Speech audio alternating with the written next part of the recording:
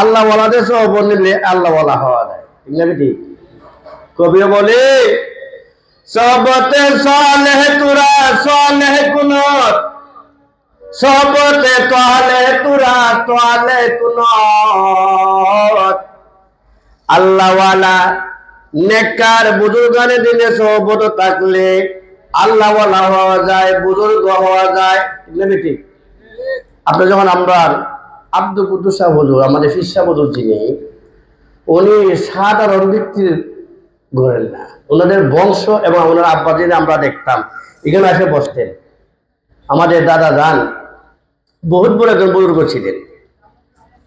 ওনার শ্বশুর আমার নানাজি, আমরা নানাজি, উনি একজন বুজুর্গ ছিলেন। আজকে এই মাহফিলে ওনারা থাকতেন, প্রতি বছর এগুলো চেয়ারও বসতেন।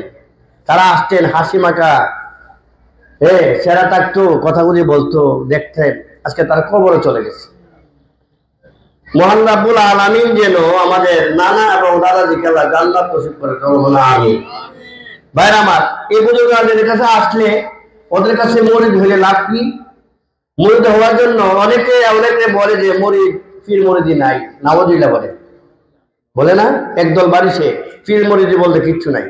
পীর বলতে কি? পীর সাহেব বলতে আমার উস্তাদ, ঠিক না বেটি? উনি আমাদেরকে সবক দিবেন, আমরা সবক গ্রহণ করব। এই জন্য কোরআনে আল্লাহ বলে ফাদখুলি ফি ইবাদি ওয়াদখুলি জান্নাতি। সুবহানাল্লাহ। আমার আল্লাহ বলেন ফাদখুলি ফি ইবাদি ইবাদিয়াস সালিহিন, ও আমার দুনিয়ার বান্দা বান্দীরা, তোমরা আমার দুনিয়ার জগতে নেককার বান্দারা আছে, আল্লাহ আমার বন্ধুরা আছে, আল্লাহর ওলি আছে, আমার ওলি আছে, এদের সহবতে তোমরা প্রবেশ করো। কি করো? এদের সংসবে থাকো। কারণ এদের হাদিসও আছে ওয়াসিলুল আরহাম, ওয়াসিলুল মানে তুমি বন্ধুত্ব করো, মায়া লাগাও, ভালোবাসা লাগাও। যার কাছে চারটা গুণ আছে, সুবহানাল্লাহ বলে, তিনটা গুণ। এমন একটা গুণ হলো যার দেখলে পরে আল্লাহর কথা স্মরণ হয়। তা আল্লাহ ওয়ালারা দেখলে তো আল্লাহর কথা স্মরণ হয়, ঠিক না? আমাদের পীর সাহেব হুজুর যিনি, আমরা যার দরবার আছি, উনি কিন্তু একটু সহজ সরল মানুষ, ঠিক না বেটি? উদার মনের মানুষ। আর হাদিসও আসছে, নবীজি বলে আহলুল জান্নাতে বলুন, সাদা সিধা আলা বুলা যারা, তারা হলো জান্নাতি ওয়ালা। সুবহানাল্লাহ বলেন। জান্নাতি ওয়ালা বলে ক্রিমিনাল হইয়া জান্নাত দেব। যত বড় সাইকুল আনি, যত বড় মূর্তি হোক, খালি জায়গা জায়গায় ফ্যাস লাগায়, জায়গা জায়গায় ক্রিমিনালি করে, এগুলো কিন্তু মানুষ বুঝে। আর সরল মানুষ যারা, এদের কাছে সরল কথা পাইবে। আমাদের হুজুরের কাছে কোনো, আমাদের পীর সাহেব হুজুরে এমন একজন ব্যক্তিত্ব, যার কাছে আমি, আমার উস্তাদ, যার কাছে আমি হাদিস শরীফ পড়ছি, আবু দাউদ শরীফ পড়ছি, ওনার সহবতে আমি বড় হয়েছি। হুজুরের সহবতে আজকে আমি 27 বছর ধরে। আল্লাহু আকবার বলে। হুজুরের চিনা এবং বোঝার আমার আর বাকি নাই। একজনের কাছে থাকলে চিনা যায় সে কে।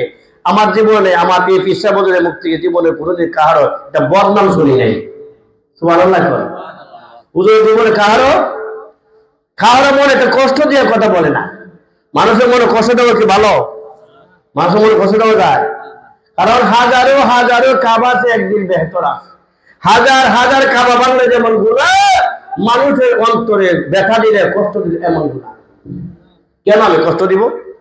আমার দ্বারা মানুষ কেন কষ্ট পাইত? একজন মুসলমান, প্রকৃত মুসলমান কে? প্রকৃত মুসলমান বুখারী শরীফে আছে, আল্লাহ বলে আল মুসলিমু মান সালিমাল মুসলিমুনা মিন লিসানিহি ওয়া ইয়াদিহি। নবী আমার বলেন কামিলুল মুসলিম, পরিপূর্ণ মুসলমান হইল সে, যার মুখ এবং হাত থেকে অপর মুসলিম নিরাপদ। তার হাত দিও, মুখ দিও, তার মুখ থেকেও, তার হাত থেকেও পুরো মানুষ কি বানা? ব্যথা ফানা। কি বানা? ব্যথা ফানা। আমার দ্বারা মানুষ মুমিন ব্যথা পাইব কেন? মুমিন আমার দ্বারা কি পাইতো? খুশি হইতো, শান্তি পাইতো। হ্যাঁ, আল্লাহ ওয়ালাদের কাছে আইলে মনের প্রশান্তি পাওয়া যায় না? এই যে আইসের মনের প্রশান্তি। এই ভাইরা আমার, দুনিয়ার কোটি কোটি টাকার মালিক ওইটাকে শান্তি? শান্তি কোথায়? শান্তি নামক নাম কোথায় পাওয়া যায়? এক সাহাবী আল্লাহ রাসূলের পরক করছেন, গভীর মনোযোগটা বুঝেন। সাহেব বলে ইয়া রাসূলুল্লাহ গো, দুনিয়া মানে সবচেয়ে সুখী এবং ধনীকে। তো নবীজি বলছেন যে মনে সুখী, যে মনে দুনিয়া এর প্রকৃত সুখী। সুবহানাল্লাহ বলে। সাহাবী সালু আসিল, সাহেব বলে ইয়া রাসূলুল্লাহ ইয়া হাবিবাল্লাহ, মনের সুখে হইতে গেলে আর মনের দুর্নে হইতে গেলে কি করতে হয়? তখন দয়াল নবী, মায়ার নবী, বিশ্ব নবী রাহমাতুল লিল আলামিন কালামে পাক থেকে একখানা আয়াত তেলাওয়াত করে দিলেন আর বলে দিলেন কি? আলা বিযিকরিল্লাহি তাতমাইন্নুল কুলুব। আল্লাহু আকবার। আমার আল্লাহ বলেন, ও দুনিয়ার মুমিন বান্দা-বান্দীরা, সাবধান, জেনে না করে দুনিয়ার সুন্দর নারী গাড়ি তোমাকে মনের প্রশান্তি দিতে পারে না, মনের তৃপ্তি দিতে পারে না।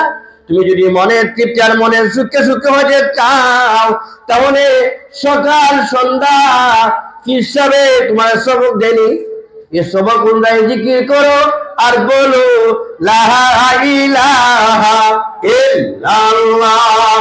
বলেন আর জোরে লা ইলাহা ইল্লাল্লাহ, লা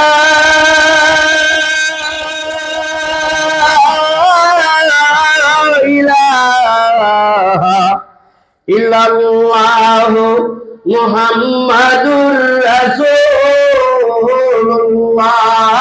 সাল্লাল্লাহু আলাইহি ওয়াসাল্লাম। জিকির করে মনের প্রশান্তি কেন হয় জানেননি? আল্লাহ কেন হয়? মানুষ গুনাহ করে না?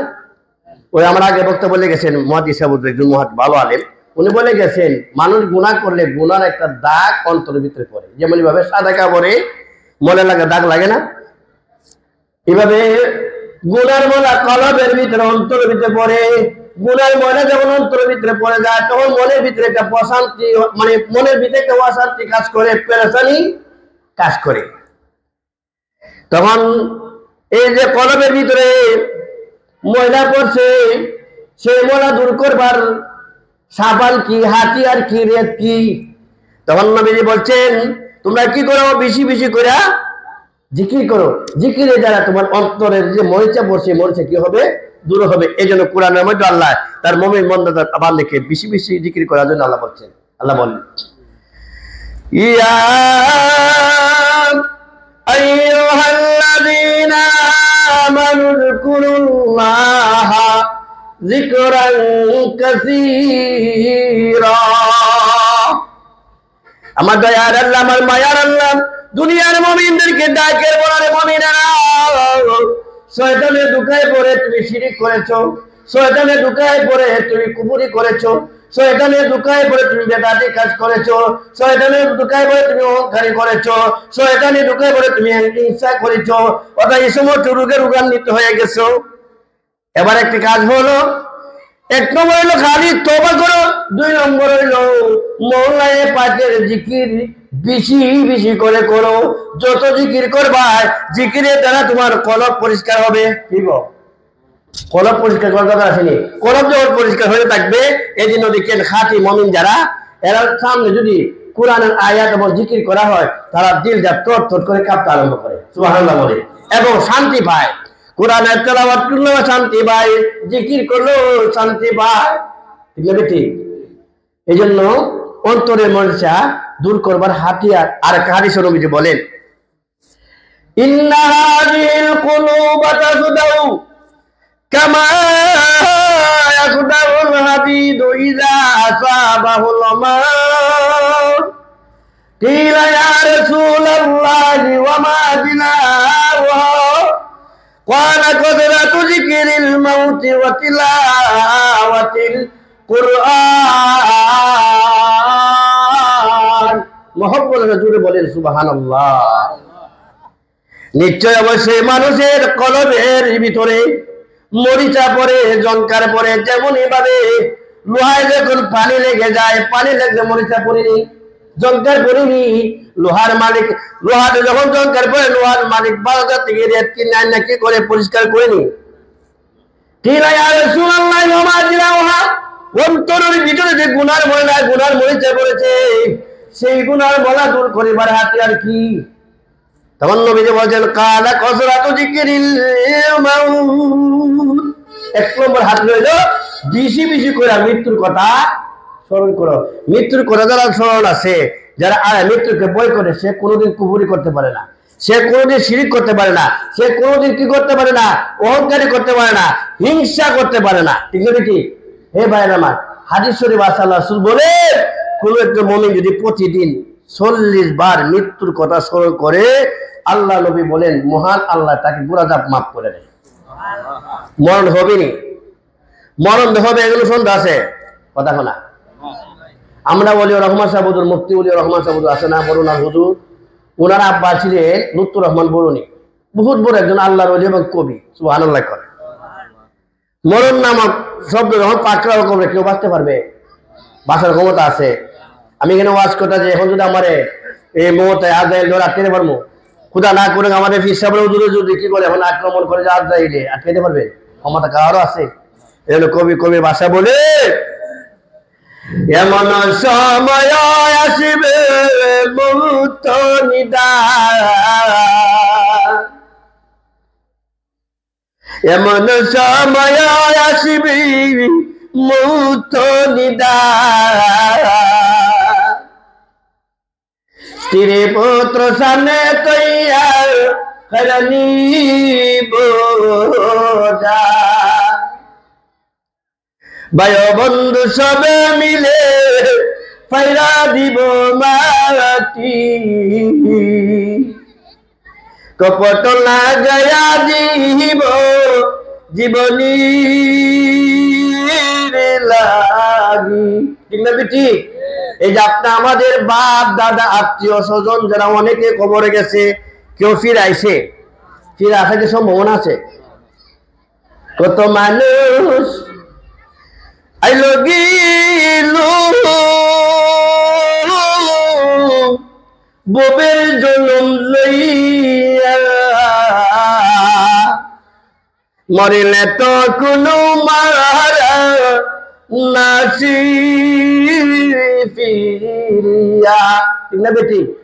মৃত্যু যখন চলে আসবে, আমাদের দল দলত আত্মীয় স্বজন ছেলে মেয়েকে কেউ কবর দেব কথা শোনা। मौत जिस दिन आ गई दुनिया की दौलत क्या हुई, रूहें तुमसे उड़ गई है शिकले सूरत क्या हुई। কি বলে যেদিন তোমার মরণ চলে আসবে তখন তোমার দৌলত বিবাদ যেটা যেখানে আছে সেখানে থাকবে, কিন্তু তোমার প্রাণের স্ত্রী সন্তানরা বলবে তাড়াতাড়ি গরম পানি করো, বড়ি ভাতা দিয়া গরম পানি করিয়া সাদা কাপড় পরাইয়া তাড়াতাড়ি ঘর থেকে বের করো, কবর নিয়ে যাও। সম্পদ গেছিনি, কি সম্পদ? যদি একটা সম্পদ হইলো ফিরসা বলে সহবর তাকে রোজি কিরাজ করে দিতে পারো, দান খয়রাত করে দিতে পারো, নেক আমল রোজি করতে পারো, এটাকে কবর পাবে। ঠিক না বেটি? মানুষ মরে গেলে মরে গেলে মানুষের সাথে কবরে কোনো কিছু কোনো আমল আছে? তিনটা আমলে সব কবরে ঘুমাই হওয়া যায়। এমন একটা হলো সৎকার জারিয়া, আর একটা হইলো এমন এলিম যে এলিম দ্বারা অন্য মানুষরা উপকৃত হয়েছে। 3 নম্বর হইলো নেককার সন্তান জন্ম দিছে। আমাদের ফিরসাবুদের সন্তান 3 জন, আল্লাহু আকবার বলেন। এর মধ্যে 2 জন মুহাদ্দিস, মৌলানা আমার জুবাইর ভাই বহুত বড় আল্লাহর বহুত বড় হাস্তি বড় আলেম, মৌলানা সালেহ মুফতি বহুত বড় আলেম। আলেমের জন্য আলেম হয়। ঠিক না বেটি? আপনি বলে গিরগে দাদা গিরগে সোত গিরছে বাদনি বুজুর্গে সুদ, গাছটার ফলে পরিচয়। গাছটার আমাদের ফিসাবুল আল্লাহর ওলি, তার ফলে পরিচয় আসেনি। 3টা সন্তান বড় বড় আলিম। কি প্রমাণ করে? গাছটার ফলে পরিচয়। এই যে আল্লাহর ওলি বহুত বড় বুজুর্গ, বহুত বড় মুহাদ্দিস, আমার বড় ভাই জুবাইর আহমদ সাহেব, উনি আসতেন। মৌলানা সালেহ আহমদ, আল্লাহু আকবার, নাম ওই সালেহ মানে আল্লাহর ওলি। ঠিক না? আল্লাহর ওলি করে আল্লাহর ওলি হয়। এই জন্য বোঝানোর ইসলাম। আমাদের কথা হলো আমরা হুজুরের কাছে আইসি না, কিসের জন্য আসছি? সহবত নেওয়ার জন্য। এখন আমরা শুধু আইসিয়া ও বিভিন্ন দোকান পাঠে বসে থাকি, ঠিক আছে? সহবত হইব এই সহবতের দোকানে সহবত হুজুরের সামনে সামনে থাকবো বুজুর্গ বিদায়কের পর কাজ আছে হুজুরের বক্তব্য তো আগে বললাম আরো বেশি ঠিক না ঠিক এরা আসতে থাকবে বয়ান করতে থাকবে সারা রাত বয়ান চলবো আর জিকির করবো ঠিক না ঠিক একটা রাতে ওসিলা করে তো মহান আল্লাহ আপনি আমাদেরকে পার করে দিতে পারেন ঠিক না ঠিক কথা বলা এই জন্য হাদিসও আছে যে কোনা মোটা লেগে যায় বলা যায় না হাদিসও আছে মা মিন আবদিন লা ইয়াদখুলুল জান্নাতা ইল্লা বিরাহমাতিল্লাহ নবীজি বলেন কোন মানুষ তার ইবাদত বন্দেগি দেয়া বেহেশতে যেতে পারছো না যদি আল্লাহ পাকের দয়া না হয় দয়া পাইতে গেলে আল্লাহর হুকুম মানতে বলি হিসেবে আমি যে সংক্ষিপ্ত আলোচনা করেছি ব্রাহ্মণ ইসলাম আমাদের আমল করার তৌফিক দান করুক আমাদের ফির সাহেবের হায়াতে বরকত দান করুক আমিন